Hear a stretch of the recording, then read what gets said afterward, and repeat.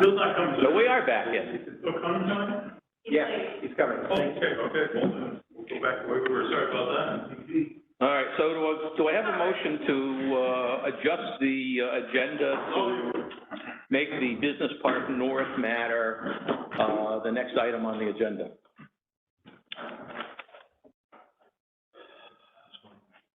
Do we have a second?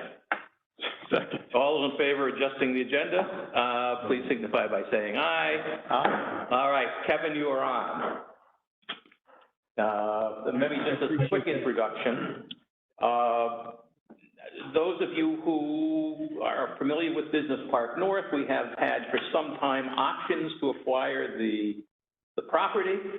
The options are applicable to the purchase price if we follow through and buy the property. The options also do not waive sales tax, property tax on the property. So effectively, the owners are currently paying roughly $90,000 a year in terms of property taxes. And we have so far had several options. I believe the total amount for the options at this point is $225,000. I did that math in my head, but I think that's right. And we are at a point where we need to approve the next round of options. And so, Kevin, if you could tell us a little bit about where the project stands and what's necessary for us to keep it alive and financing, you're on. All right. Thank you, Mr. Chairman, and thank you all for the session to move this up on the agenda. I just spent 4 days with some veterans, and I'm a little tired from that experience. It was a great event. So I think you're all aware that the city passed the $740,000 bond, and so that money, that mini bond, as we've called it, will pay for the engineering and permitting work for Business Park North. And so we respectfully request that this body support the option extension that the chairman laid out for you, the tune of $75,000 to take us through the first half of the year, followed by another $75,000 in June, July to take us to the end of the year. Right now, Henry Resnikoff, our lead consultant for RFP Consulting, estimates that the permitting will take through probably likely the middle of the second quarter of the year from that point through the end of the year to get complete. And importantly, that puts us in a position where we stand a much better chance of effectively shopping the parcels to potential tenants and just simply increasing the value of the land, whether it's from a development standpoint or otherwise. So again, I respectfully request an extension of that option as it stands as an agenda item for you this evening. Thank you. Thank you, Kevin. I think it's worth noting that, first of all, Henry Resnikoff, the consultant on the project, is increasingly optimistic about the prospects of the project being successful. Secondly, it would appear as though with various sources of federal funding being available, that some of the expense of building out the park may be mitigated by grants and so forth. And NCDC, which is sort of managing the project, has hired Aiken Gump, as have we, although they're on separate contracts. Aiken Gump is one of the leading law firms in Washington, D.C., with a real expertise in understanding what money is available and what pockets it's in, and then writing the applications in the best way to be funded. So that's an important thing to understand. Secondly, I think it's important to understand that the city has made a significant commitment to this project. They initially decided to spend some of the road bond money for some of the studies and so forth. I think it was $150,000, but I could be wrong about that amount. And then they passed a $764,000 bond at their last meeting. The vote was unanimous. It was without any comment or dissent or objection. And so they are heavily invested in this project, as are we. So that is sort of where it stands.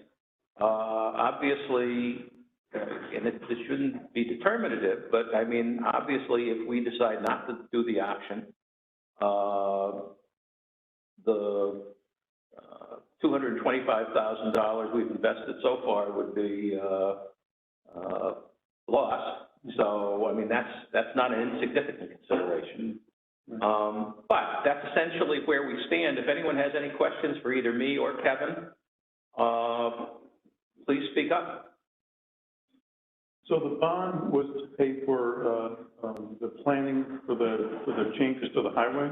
That was? It's for all sorts of things. Bowler Engineering is doing a more detailed design of the park, and Bowler Engineering is one of the big-time engineering firms in the country. There's another firm that is doing a traffic study. There's a third firm that is doing, what, an air pollution study, if I remember correctly? That's as part of the traffic. Yes, as part of the traffic study.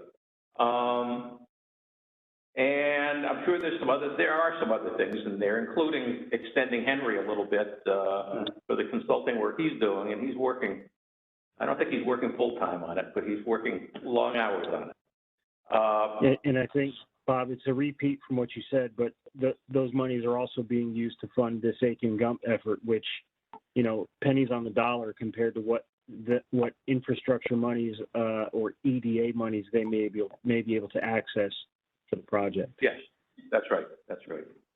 And I mean, just recently, for example, he has talked about a significant seven-figure grant potentially to help us with the installation of utilities.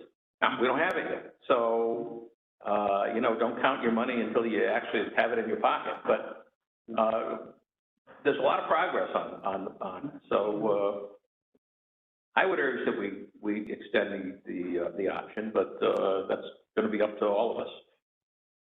Sure. I have a few questions. Sure.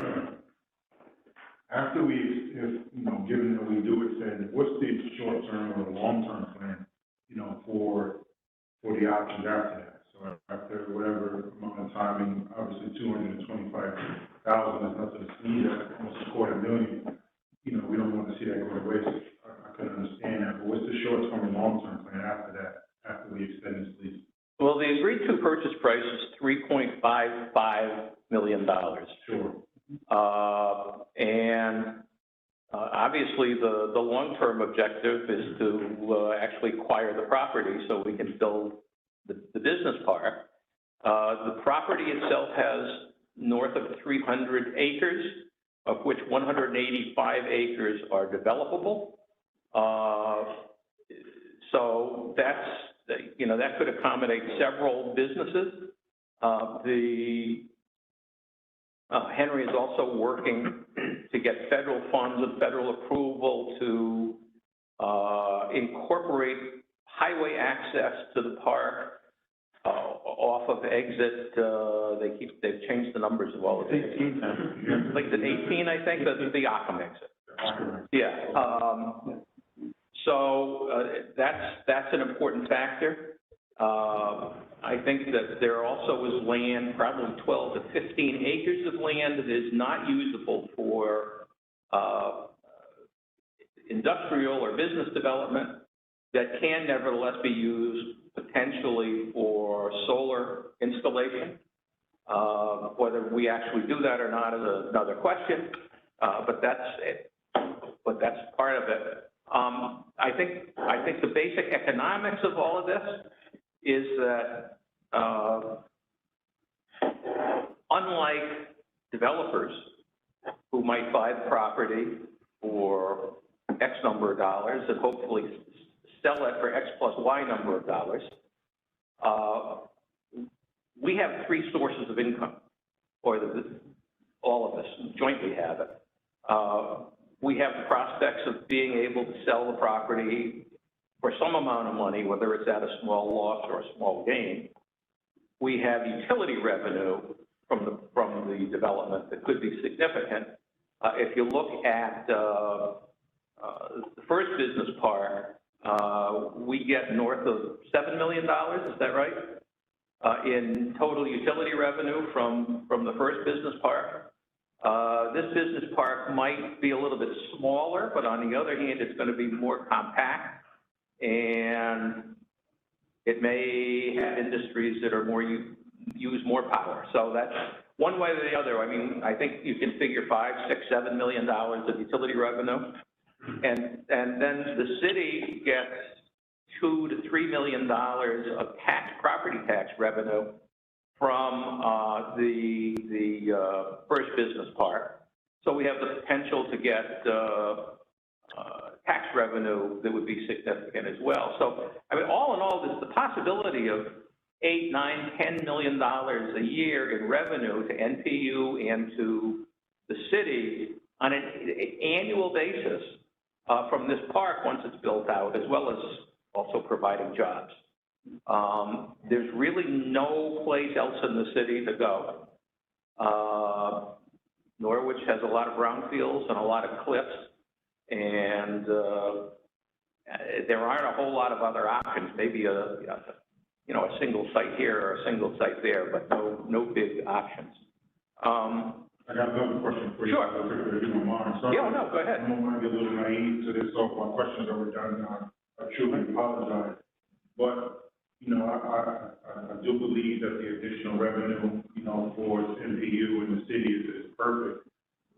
Do we have to build out the utilities there? Is it already built out for us to accommodate? No, it is not. It's farmland. So, Okay. yes, we have to build out the utilities. Sure, and what does that expense look like, or is it, is that a hefty duty, or, what does that look like? We're not sure. Okay. Well, you would know better than I would. It's $3 million to get the utilities there, depending on what the park looks like. So Okay. a conventional park, $3 million to get it there, Mhm. and then there's somewhere in that 6 to 9 to, depending on what the build out of the park looks like. So total of like 15 then? That's maybe on the high side. That'd be very conservative, somewhere probably not, 10 million or so. Gotcha, okay. But we, as I said, we're looking right now, for example, at I think it's a $3.5 million grant from EDA to help with utilities. Sure. So, I mean, there's lots of sources of revenue that are coming into this as well. I think the other thing, you asked about the long and short-term disposition of this. I think that there are multiple options, but I think one of the options will be that we sell the property to a industrial REIT or an industrial developer, either wholly or in some sort of joint venture with us. Sure. So that they will be putting some money into the project. Sure. And they're going to have a lot more expertise and connections to get the thing leased than, we are. Absolutely. So, I mean, that's sort of where things stand. So at one point, we said that we weren't going to buy the property until we knew that it was viable. Yes. So what is the metric that tells us that it's viable? Well, viable can mean a lot of different things. So Henry went in there, Henry's positive on it, it has to be done for the roads. The city got in, the city's behind it now, Yep. it's all good news. It sounds like no one is really opposed to it in the town. No, it was quite amazing because, Henry was at Kevin was at the meeting of the city council where they approved the $764,000 bond for this project, and then also considered the American Relief Plan allocation to NCDC for code compliance and vanilla box projects. The vote for the business plan North Bond probably took, what, Henry, 20 seconds? Mm-hmm. And everyone voted for it. Right. With no discussion. There was a big discussion and the changes and all sorts of things like that for the code compliance and vanilla box program that NCDC runs. So it was kind of a stark contrast between complete support for Business Park North and questionable approval for another project. Yeah, so I remember a year ago, we said, why don't we just buy it? We said, well, you don't want to buy it if it's not buildable, we got to get Henry up there, Yes. to get a plan. And that was about a year ago, and it sounds like all we've heard is positive news. So is there when is the decision make or break to go buy this property? Well, probably another 6 months or so, we'll have a better sense of what money is available and what approvals are available to do the road access off of 395 at exit 18. That is, in my view, sort of the Cadillac view of access to the park. There are other ways to get there, but they're not going to be as good. But I would think sometime the next 6 months. End of first quarter. Yeah, end of first quarter of 22.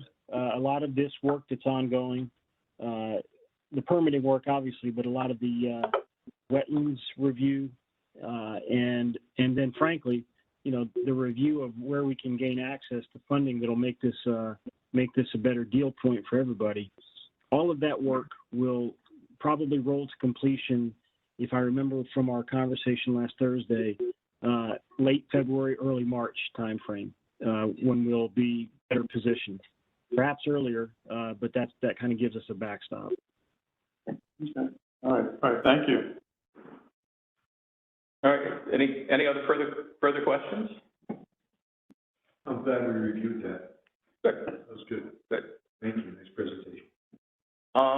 So can we have a motion to approve? Do you want the first or the second or both? Oh, do we have one? So we have a resolution on that. Oh, okay. And that resolution authorizes me to work with NCDC to approve, or authorize a $5,000 payment for the next option extension. Mm-hmm. All right, do we have a motion to approve? A motion to approve. Second? All those in favor? Aye. Aye. Opposed? It is unanimous. And do we have someone on the phone?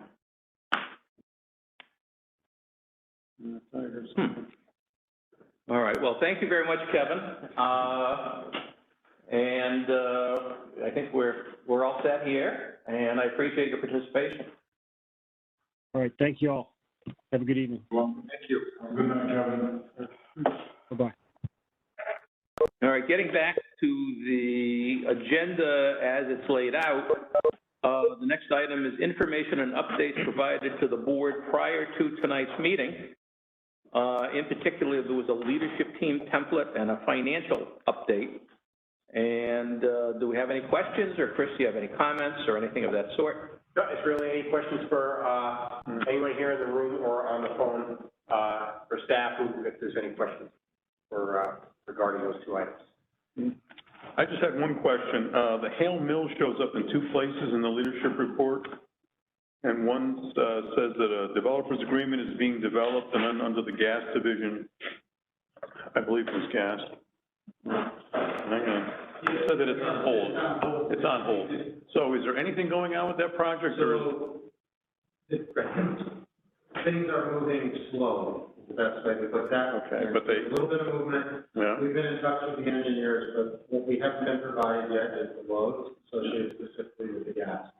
So from a planning point of view, that's not going to occur this construction season. It's something we'll be planning for next construction season. We wouldn't hold up the development in any way at this point. So that's why you see the very elegant section that was on hold. Right, yep. From his point of view, from our customer service planning point of view, the entire project is moving forward slow. Really? And what we're trying to do is get the rest of the terms of the developer's agreement, but we need those loads and requirements. Yeah. We can't figure out how big a transformer they need until they tell us how much left. Right, okay. So that's, but I don't see a lot happening real fast. Okay, but they haven't run away yet. They're still there. And there was activity in our meeting last week. There was activity, they were out there clearing the land again and clearing the stuff around the property. It could be just because it's time to clear the brush, and it could be that they are starting to get engaged and start working. Okay, all right, good. Then one other question, just a clarification. Under the Bean Hill substation upgrade, it said the fourth and final phase will begin this month and expected completion August 15th. So is that completed? No, typo. I was gonna say, is that a typo? Yeah, I had updated that, so the plan now was to finish phase 4 in November. Okay. Being Hill was put on hold, so I could put resources to the public Wi-Fi project. Yep. So we're planning on picking that up in November and finishing it by Okay, all right. the end of that month. Thank you. All right. Everything else looked pretty good to me, so. All right, any other? Oh, wait a minute, hang on. I'm sorry. Hang on, I'm sorry. What did I have here? Oh, the damage to the dam, that is just that's not is that the gatehouse or the dam? No, that's the dam itself. Just the So dam. We had a pretty tough, summer with weather. Right. And the dam took on a substantial amount of. And that's just the boards that are the reinforcement and all that? So when you drive by, you'll see that the boards are starting to pull away. Yeah. So we're actually under construction right now. Okay. But Stuart, typically, June, we're bone dry in that river, and you can drive out there and work on the dam. Right. This year, they're doing really extreme measures, just to be able to get out to it now, and then, you know, you can talk about maybe the way the flashboards are being rerouted and things there. Yeah, so usually, as Chris said, the dam is dry for a month and a half during the summer. It has not been dry yet. So what we're having to do is build up the flashboard at the very top of the dam, up and higher on one side, and lowering the flashboards on the other side, trying to divert water around our work spot. We have not had to do that, I believe. Ever. Well, like 25 years, how about that? Fair enough. So we're having to take some pretty extreme measures this year because of that. This is crazy. It's been the wettest summer in Connecticut, and I've been here for over 30 years now. Yep. So I think everybody on this board has probably heard us talk drought every single year except for the last 2. Yep. And last year was a wet summer. This year just blows away last year. Right. But before that, we're crying for water, and we're not flushing, we're not doing maintenance in our system because it's such a drought. Yeah, not this Last 2 years, no such luck. Well, Aren't we having more or less moisture nationally though than, or is that just the news highlighting some hotspots? no, if you're out west, you're in an extreme drought. In east, it's the exact opposite. The East Coast is not having any trouble. Not even close. We have a place up in Massachusetts, and there was no beach all year on this lake. No beach. The water was all the way up to the stairs, and there's no beach. Couldn't even get the dock out. The entire summer. Yeah. Just unbelievable. I do have a question. Yes. In regards to the energy efficiency program? I'm not familiar with that. And I was just wondering how that particularly works. Is this something that, Which particular program are we looking at? the energy efficiency program? Okay, The so, one under customer service? yep, yeah, so we have a couple of highlights there. The big focus, we have energy efficiency programs we've been doing since 2006. We collect some funds off the bill for that. Okay. The 2 particular programs that have updates provided here are our TIP program, which is our heat pump program, heating and air conditioning. 32 units installed, 103 in progress. We've seen a huge ramp up in interest in that program, which is great because it's savings to the customer and low growth to the utility. So it's a complete win-win. The other is the EV charger rebate program for EVs themselves and the chargers as well. We have some participants in the room here, and 42 rebates total there. So beyond that, we still have all of our standard. If you're a business, you can work with us.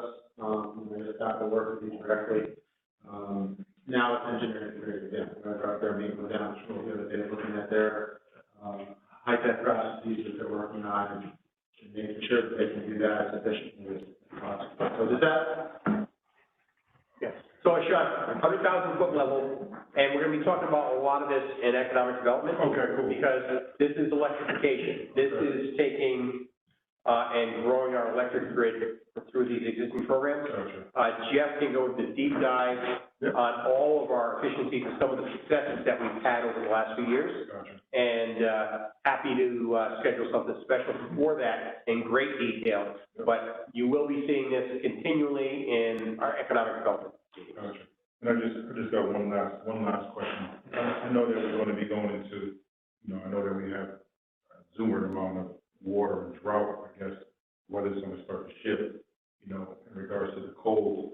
Is the Neighborhood Assistance Act funding, is that something that will help applicants who might be still unemployed, that might be struggling with their bills? So Neighborhood Act is different. Okay. That is a tax, benefit to large customers, and Chris, can you give a big overview? So the Neighborhood Assistance Act is a tax credit program, Gotcha. where the nonprofit would have to apply to the state to have their particular project approved. If they're approved, the city council approves it, and then they would come to us for funding. We can give up to $150,000 a year off of our gross receipts tax that we pay on natural gas every year. Electricity. So instead of sending that $150,000 to Hartford, we can send it to these three, we can send it to a local organization. So we just have made the applications, actually, yesterday morning.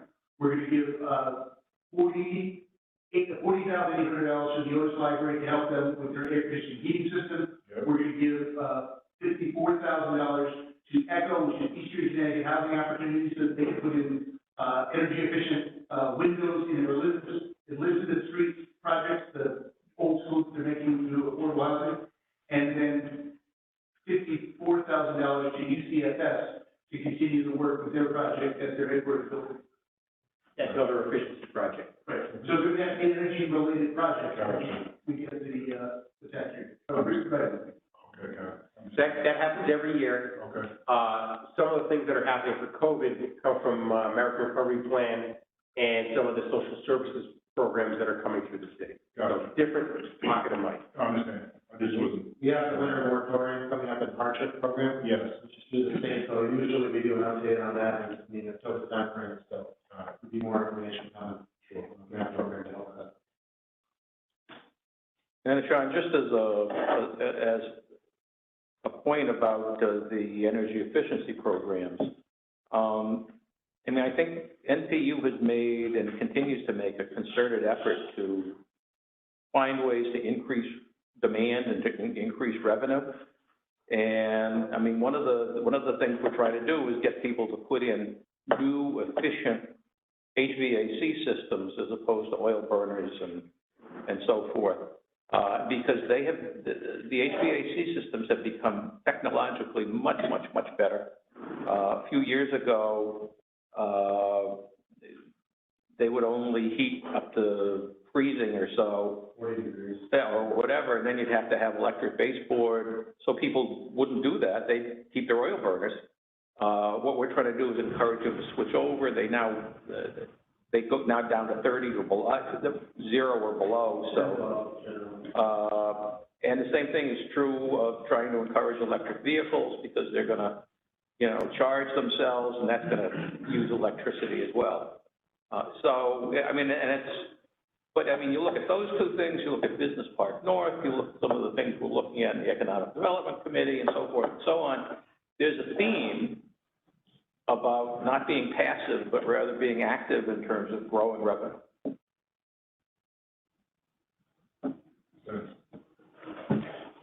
All right, so anybody else? Questions, or are we all set? All right, let's move on to the next item. And the next item is the strategic plan quarterly update. Chris, is that you? Yeah, so once again, we provided the quarterly update to everyone in their board package, and we will be doing a deep dive into the fourth quarter for where we are for the whole year. Happy to answer any questions or schedule a separate meeting to go over this in great detail if anybody would like that. But we will have a much more involved presentation at the end of the year, the last quarter. So happy to do it either way. And are there any questions on what we have provided in the package?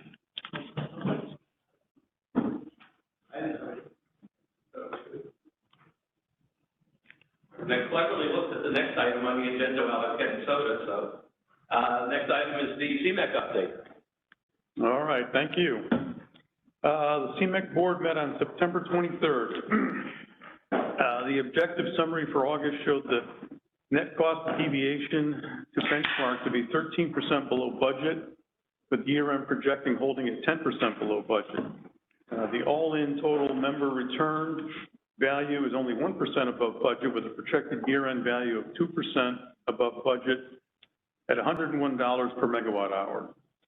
The project portfolio for August was slightly below budget, with Pierce, Hydro-Quebec, energy storage, and the diesel generator in Norwich as positive drivers. Microgen was 15% below budget due to unbudgeted repairs on 2 units. Transmission project number 1 was 14% below budget due to below budget pool network peak load. The sub-base fuel cell project stop work continues, and Fuel Cell Energy submitted their root cause analysis to the Navy for acceptance. No date for resumption of the project was available.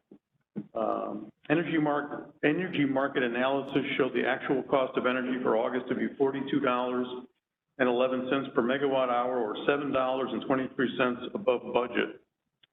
The 42.11 figure, however, compares to the weighted average LMPs, or so-called unhedged energy costs, at $52.41, or a 20% savings over the unhedged position. The forward energy markets forecast significant volatility and high prices for the winter, estimated to be above $150 per megawatt hour for January and February of next year. CMEX's hedging strategy should insulate members and ratepayers from this volatility. However, a modest increase is expected. The Budget and Finance Committee reported a review of the Transco budget for 2022. However, a low member participation for this meeting will require a revisit at the Budget and Finance Committee meeting this Friday.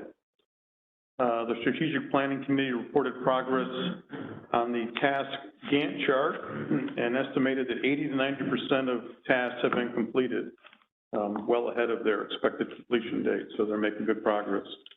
And that's all I had. Any questions?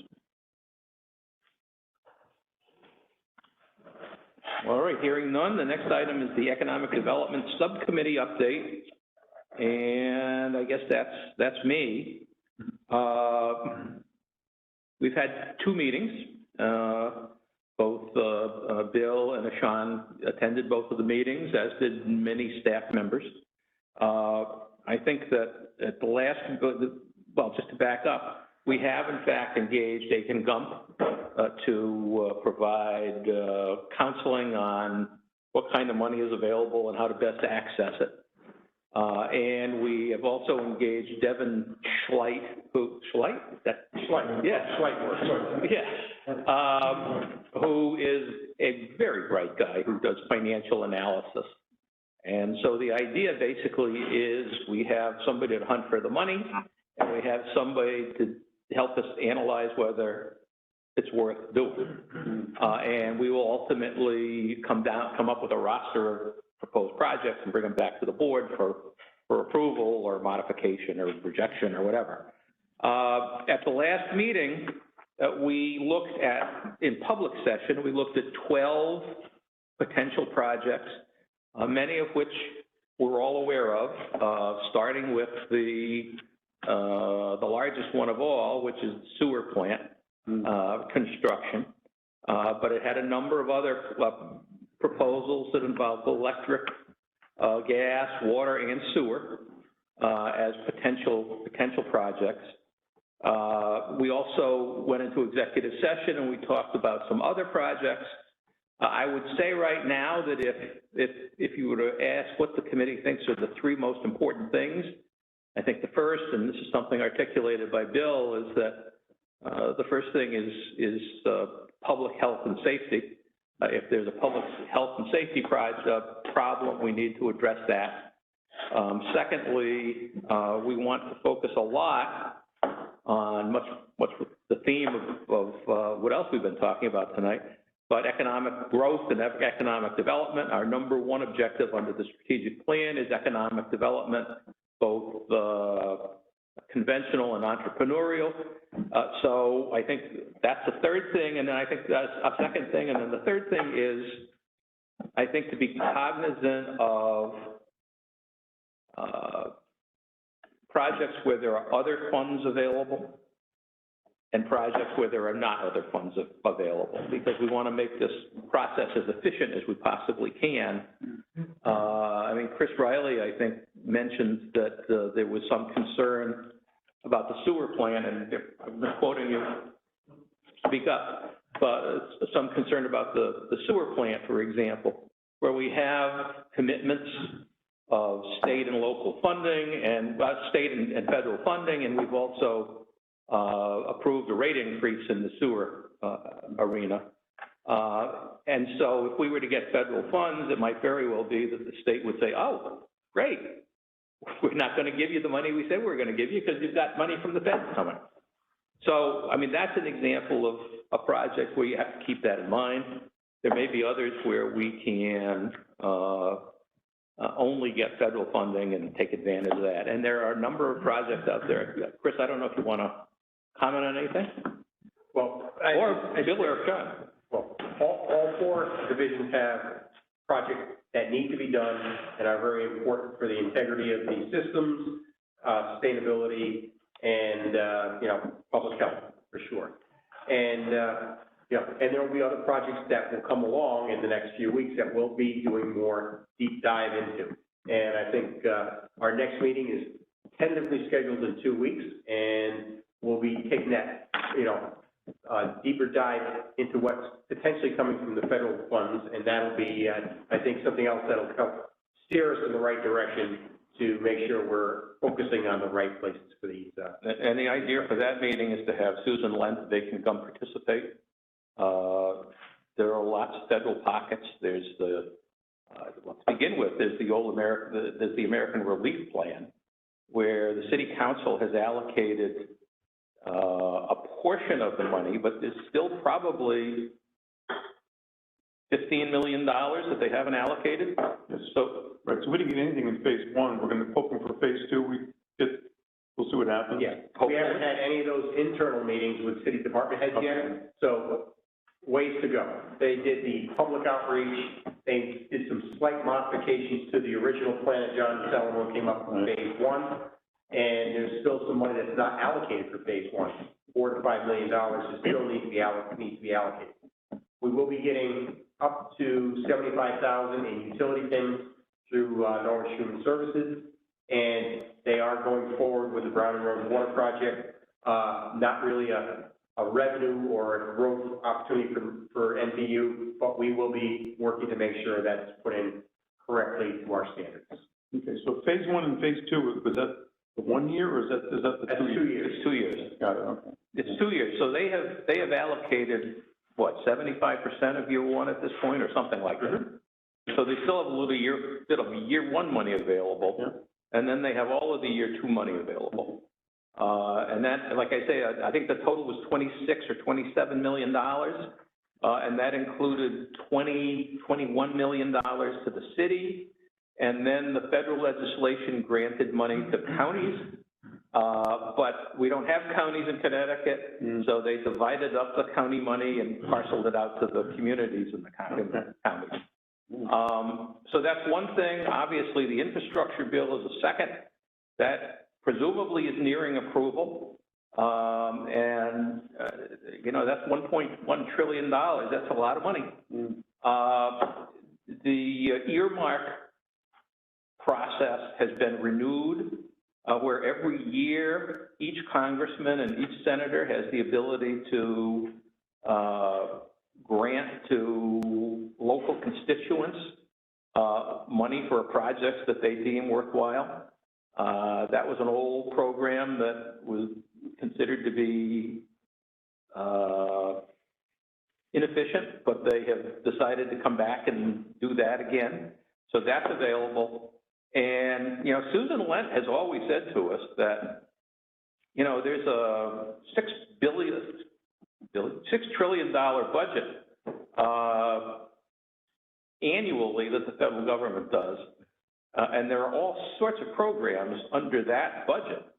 And so, you know, you don't have to just focus on these one-time pieces of legislation. There's the ongoing stuff, too.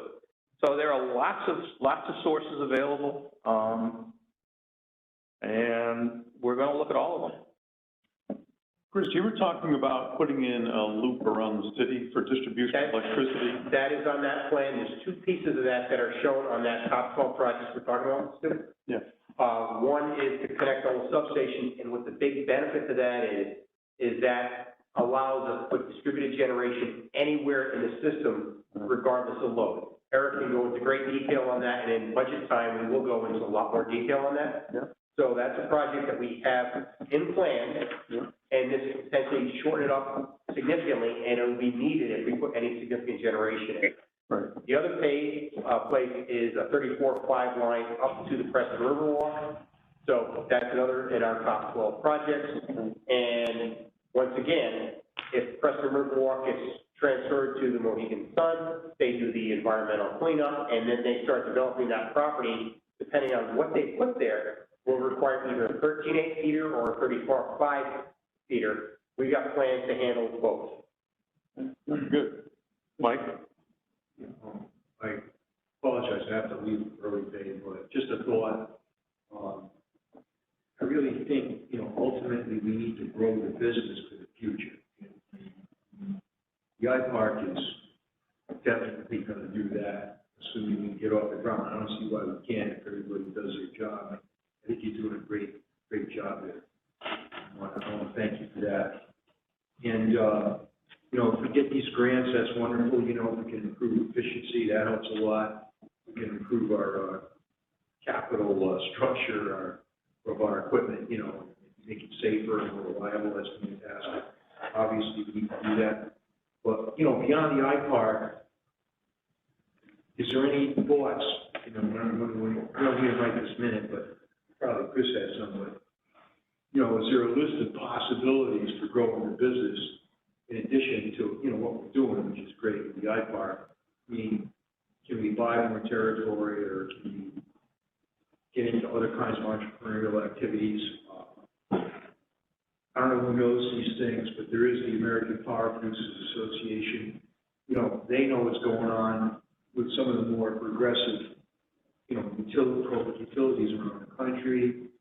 Or maybe we could get some input on long-term, planning, long-term thoughts and ideas from them in addition to what we're doing now. Yeah, well, one of the things that's on our list that Chris just mentioned is extending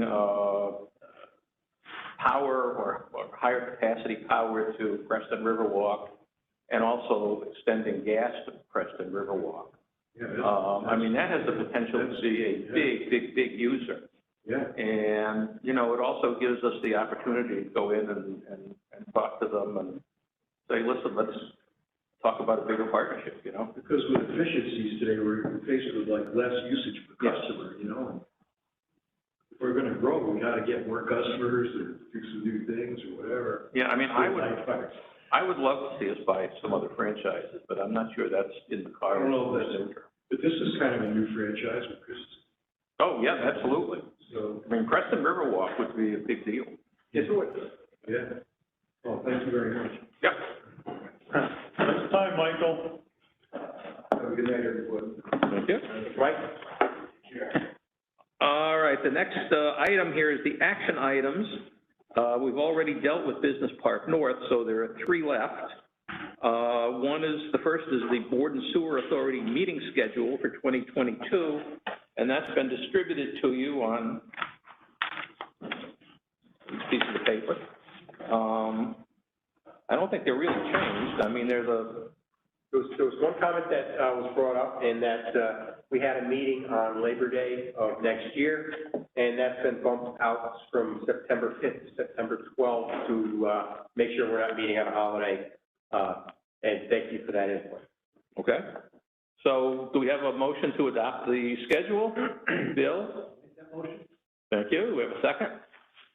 Sean, all those in favor? Aye. That's unanimous. The next item is the Economic Development Subcommittee meeting schedule for 2022. I didn't know we actually had to approve this, but that's fine with me. And it is there as well. I think that this is very tentative. It's going to depend on the availability of everybody that attends it, but here, it is here, so, I think, where is it? There it is. And as long as we're doing, well, no, we have to do them separately. Do we have a motion to approve the Economic Development Subcommittee schedule? Sean, Bill, second. All those in favor? That was my bad. That was where the modification of the date was at subcommittee. Yes, that's right, that's right. Yep. And then the Finance and Audit Subcommittee schedule. Do we have a motion to approve that? Bill?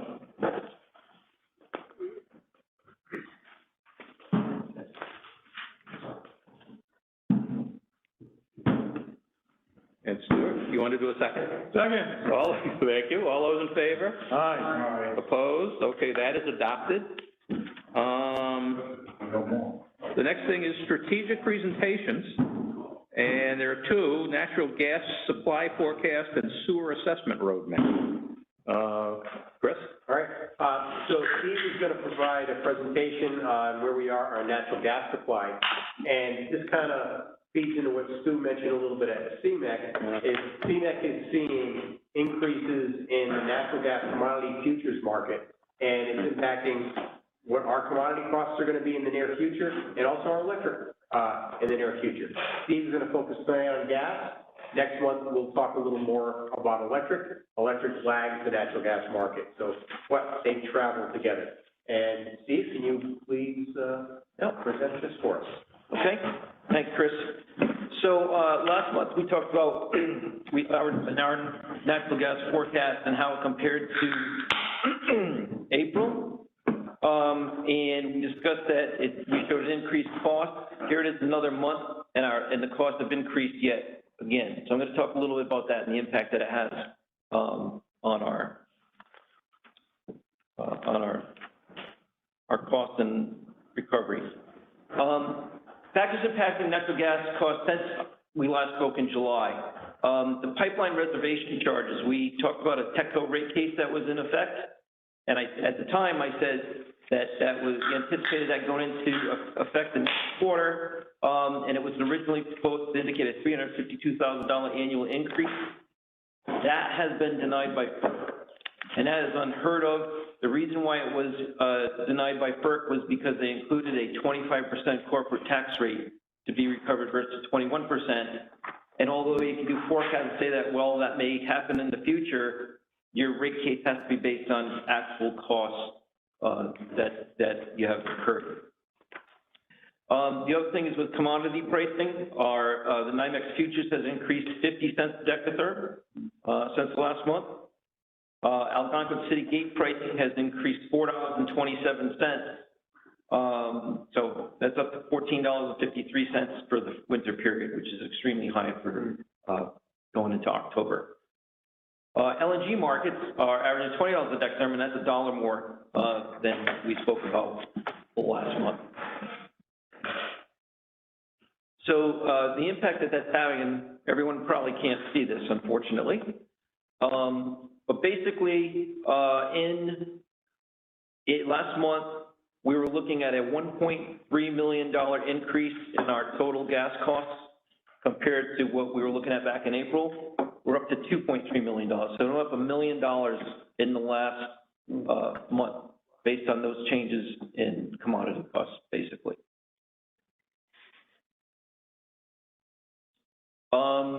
So I just wanted to provide, a 10-year history of gas costs, and I wanted to show compared to oil because,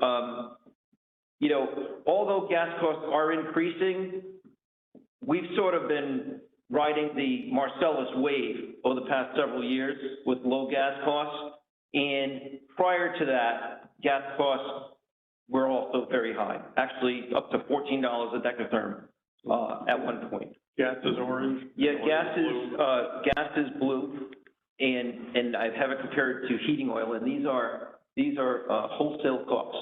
So you can see they're both volatile, and these are monthly costs. Sometimes the oil is higher, sometimes the gas is higher. Right now, it's sort of running hand in hand, but they are both, as you can see, they're both increasing right now. That graph is based on decatherm, but essentially is it? It's not. It's, Okay. so the relative comparison, it's based on per gallon and per decatherm. However, so you can't really look at the relative. However, if you look at just the trends, that's Just a trend line. yeah. Yeah. Come on. So that raised the question, well, is it competitive with other fuels right now? Jeff was able to do some research on this, and at our current rates, natural gas is still less expensive than both oil and propane, 12% less than oil and 51% less than delivered propane. If you factor in the increased efficiency of natural gas appliances and heating equipment, that savings over oil is 26%. So there's still a market there to drive people away from oil to natural gas if they weren't looking at a heat pump option. Anything to add on that? No, again, this is a great example of where we use, as mentioned earlier, energy efficiency programs, incentives associated with that to drive the adoption. We talk a lot about electric, the gas plays a same role. A lot of gas pipes run by houses that are heated with oil. They still have individuals at a steady pace with converter. So that's a positive as well. So Jeff, like, and I get out of my house that every day, and I see they're putting lateral extensions into the residential homes. Are those people connected to natural gas, or some not, or just bringing the lines to the house? Most of what we're doing at this point are not main extensions in areas where we don't currently have gas, so they're just surface extensions. I'm not sure how the band of that might be water actually out there, but. Well, I saw the RW, white. Yeah. They were actually going into the properties, like to the house. I didn't know if they were connected to them. Yeah. So a lot of these buildings, we're going in part of our GIMP program, and district integrity management program. We are strategically replacing older lines and fixing our new lines. So if you're seeing a neighborhood with main after being line after line after line being done, Yeah. those are areas where we're replacing services to those homes that already exist. But we're replacing it with old bare steel to polyethylene HDPE pipe. So like on a monthly basis, how many people convert to gas now, like this past month? Probably half a dozen to a dozen, doesn't matter. Again, we have a sign-up process, and then we work that into our construction schedule.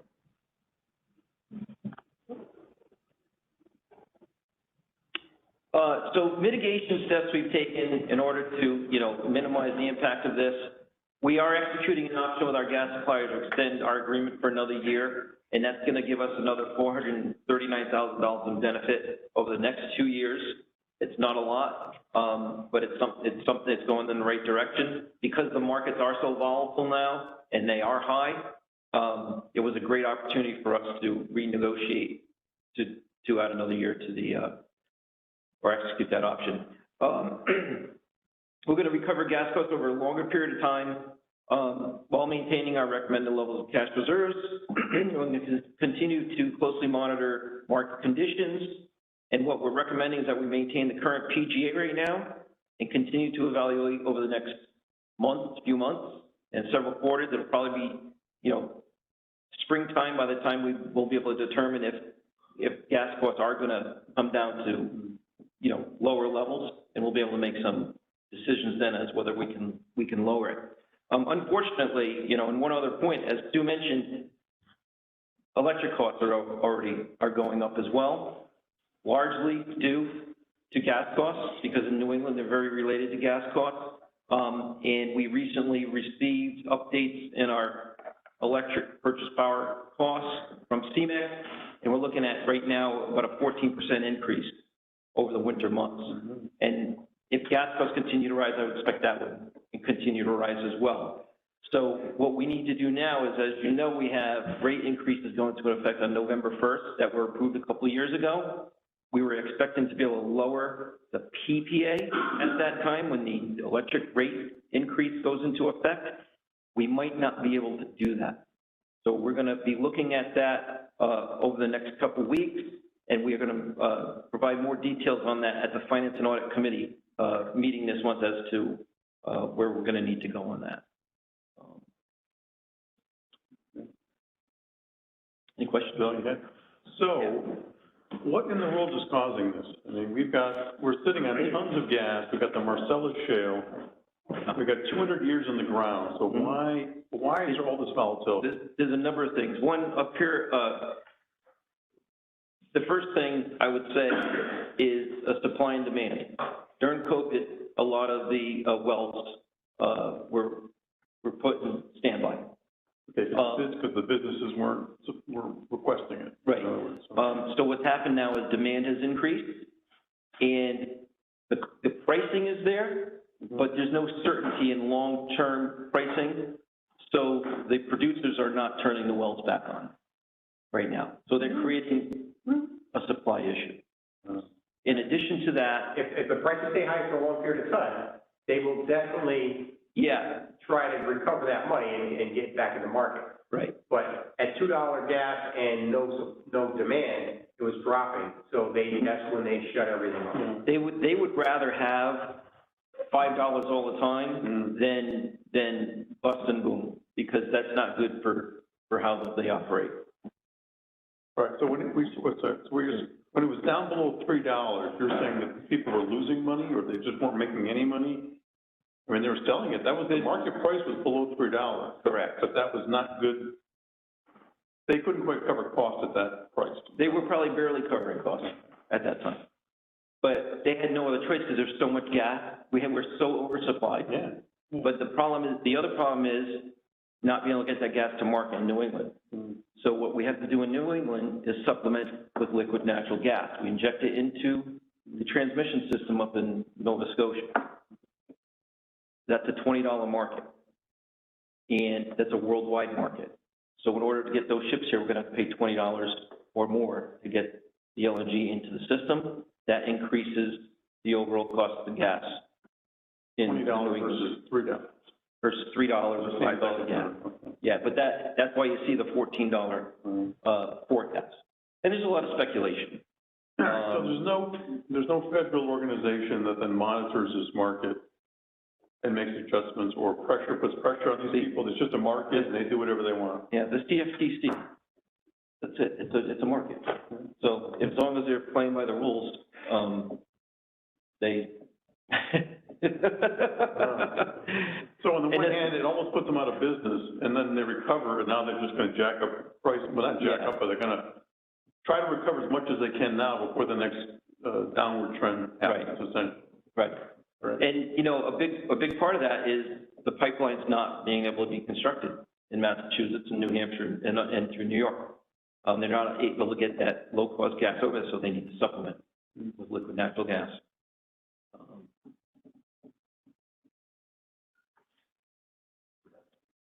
But energy prices in the United States are still cheap compared to the world. Yes, The world has an impact on this market. Yeah. So there's room for this to rise. And Is this country exporting LNG? yes, they are. Yeah. So a lot of that Marcellus Shale is going right down the pipeline that we have capacity on to Texas and getting exported out to other parts of the country, because if you get out of the ground for $2 or $3 and sell it into a $20 market, that's huge. And our capacity costs are increasing in our contract that we just renewed, part because they're selling this energy offshore. Yeah.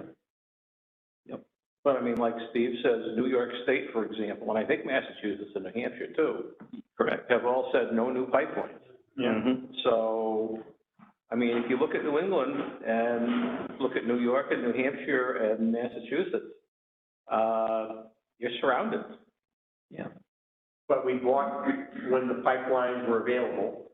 Those pipelines were developed, and so that's a very valuable commodity if these pipelines aren't allowed to grow. That capacity is something that'll serve us well in the near term. Absolutely. And if this continues, we would expect that capacity that we have will be worth even more to us, because they can remarket it to get the gas up into the New England area when we're not using it. So I have an electric question. We and other CMEC customers benefited over the last few months or years. I think because, in part, CMAQ was buying electricity from Millstone, and the cost of the Millstone electricity was very high. And we didn't have to buy it from Millstone, so on a competitive basis, we were able to hold down electric costs. If, presumably, Millstone is constant and gas is going up, is that going to narrow the gap? Depends where they're selling that energy, I would say. Okay.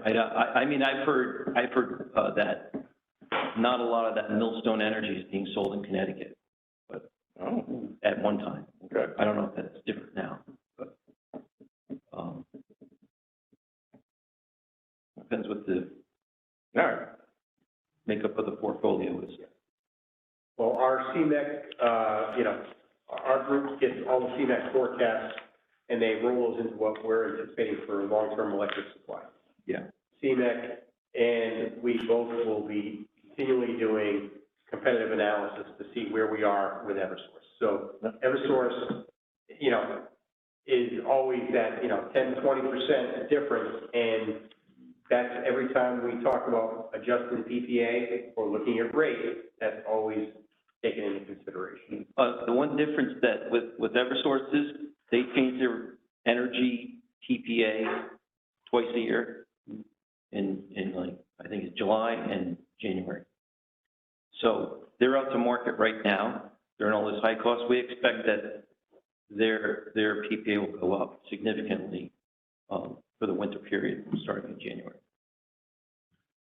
as a result of that. All right, well, it just seems to me, it's unfortunate we're stuck in this sort of middle ground where we've invested in gas in this town. Gas was cheap. Gas is great for heating and things like that. But it's still a fossil fuel, and now all the energy is going into getting rid of fossil fuel, even though natural gas is the cleanest of all the fossil fuels. Still, the impetus now is to go to wind and solar and other, so-called green energy sources, and it just seems like eventually that, I don't know how long we can continue to be in the gas business in Norwich, is what I'm saying. Probably well beyond my lifetime, but still, at some point, we will not be using gas. And, whether it's outlawed, the entire gas market goes away in 100 years. So it sort of puts a natural limit on how far we want to go with it at some point, it just seems to me. Yeah, I thought an interesting quote was something I was reading about that, and it said that essentially to accomplish the zero carbon, every boiler or energy source in ships, businesses, homes, installed in the last 100 years needs to be replaced. It's absolute enormity of that capacity.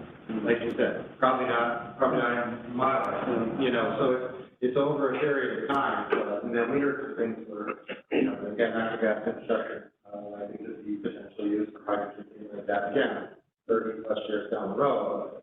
It was interesting to say. I mean, it's like the automotive industry, right? Yeah. Not everybody's going to run out and buy a new car in the first 2 years. It's a huge amount of inertia. Yeah, it just happened overnight with the automotive industry. They were dead set. We're going to make internal combustion engines forever, and then all of a sudden, boom! Oh no, we're going to be out of it by 2035. That's it. It just happened overnight. One day the numbers worked out. Okay, we're all done. And so, I don't know. It could go the same way with gas. One of the other factors is that the environmental movement is putting a lot of pressure on banks to not make loans to fossil fuel producers. And we'll see how far that goes, but that could hurt too. Yeah. And you probably still have 60% of generation in New England fired by natural gas. Well, yeah, natural gas. So it's going to... If we're making electricity, natural gas is the way to go. It's the most efficient, the cleanest, it's excellent. It's just that it's still a fossil fuel, So if you look at California, more advanced than we are, natural gas is still required because of that quick ramp up to meet, a thunderstorm comes through, natural gas needs to come on immediately to take care of that. So, yeah. No, it's an excellent fuel. I'm not saying that, and I know like I said, for heating in your home is excellent. Mhm. I mean, even if everything becomes electric in the next 50 years, making heat with electricity is never as efficient as just building a fire. I mean, that's Yeah, always the cheapest way to go. So. Nuclear. A heat pump would be better. You know, if you're gonna use electricity for heat, a heat pump is better than using resistance heating on this. But, I don't know, it just seems like it. But for base load plants, natural gas, nuclear, I mean, we're not building any more nuke plants either, unfortunately, but. Well, that's actually an interesting development. There's actually money in the infrastructure bill for nuclear. It's becoming more and more, an option, I guess. Especially they're doing these, small scale nuclear reactors. So. We'll see somebody permit the first one, see how successful they are. Well, that's Because right. Santee Cooper lost a lot of money on the last municipal, nuclear plant. And that was a bust. So we'll see how easy it is to get the next one, or the first one done. You want to be the second or third. And, you know, the environmental movement has got to have some concerns about that, because they were anti-nuclear for a long, long, long time. And now nuclear provides carbon-free power. Yep. So, you know, which is the option? All right, do we have any other questions? Hearing none, we'll move on to the next item, which is the sewer assessment roadmap. All right, so Laura's going to give us an update on where we are, and there's going to be a lot of activity in the next month. So Laura, if you get us up to date. Sure, just a quick update as to the progress that we've made on the sewer assessment project. We are currently updating the assessment data based on the key items in the roadmap. We've had multiple conversations and multiple different items have come to our attention. So we're making sure that we have all of that data in place. The data has been analyzing over the past year plus. Good news, over 40 assessment payoffs have occurred in the last year, with about 25% of those being previously in delinquent status. So we have seen some very good activity in the past year in regards to getting these assessments collected. We are developing policy and procedures that establish clear and consistent structure for the process going forward. We want to minimize the complexity of the existing process, and these policies will be presented to the board for approval at a subsequent board meeting. We will present in detail to the Finance and Audit Committee in October the roadmap documentation and get some feedback from the board, from that committee to bring to the board subsequently. What triggered everybody to stop paying, you know? Sales, real estate sales. Oh, good. There have been a significant number of real estate transactions in the last 18 months, and many of them have been properties that have assessments and have been paid off as part of those transactions. Good. So that has been a real positive for us. So how much is left? There are still 290 properties with active assessments, and about 165 of them are in delinquent status. We still need a roadmap. We still need a roadmap, we still need a process. We need a roadmap, a process, and buy-in through the city. So it's not complicated. It's not something we can do all on our own either. We have to definitely work closely with the tax assessor and tax collector. All right. The next item is executive session. Take a deep breath and do my reading of the law here. Seek to go into executive session to discuss confidential, trade secret, and commercially valuable, confidential or proprietary information not subject to inspection or public disclosure pursuant to Section 12105 and 7232A of the Connecticut General Statutes. This information is commercially valuable, confidential, and proprietary, and is not for public disclosure pursuant to Public Act number 98212. To discuss personnel matters of an employee or employees and a public official pursuant to Chapter 14, Section 1200A, 6A of the Connecticut General Statutes. Do we have a motion to go into executive session? The Sean, Bill, all those in favor? We are in executive session. Chris, who do you want to invite to step? I'd like, Steve